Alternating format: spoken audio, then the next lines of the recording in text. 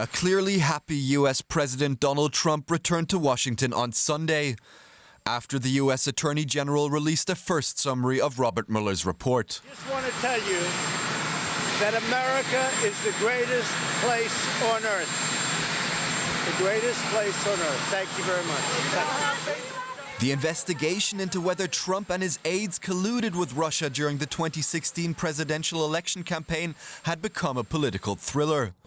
In a letter to Congress, Attorney General William Barr said the report had not found enough evidence to prove that the Trump campaign conspired with the Russian government.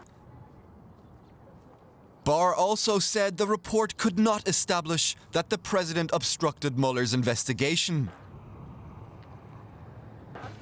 For President Trump, the message is clear.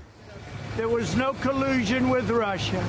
There was no obstruction, and none whatsoever. And it was a complete and total exoneration. So, is it all over?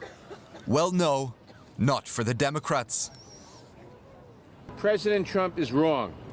This report does not amount to a so-called total exoneration. Special Counsel Mueller was clear that his report, quote, does not exonerate, close quote, the president. Highly anticipated, the news caused mixed reactions. Some Americans spoke of a turning point in Trump's presidency, but others remained skeptical. I don't trust any of it, to be honest with you. I don't trust Trump or anything that he says, and I don't trust anybody who's investigating him. I think now we can, sleep well at night, thinking that the Mueller report is completed and submitted, and that President Trump doesn't need to be impeached by any means.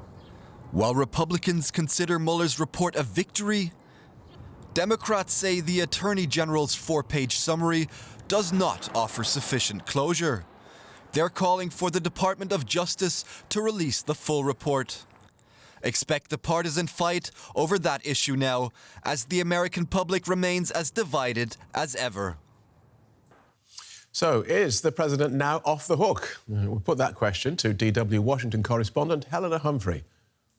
If you're talking about this weekend, then certainly it was a moment of vindication for the president, and he says this is a win. But I think it's important to take a look at the language in this, both from the Attorney General William Barr and Special Counsel Robert Mueller. No collusion is one thing. That said, Mueller said that he did not have enough evidence to rule that there was no obstruction of justice.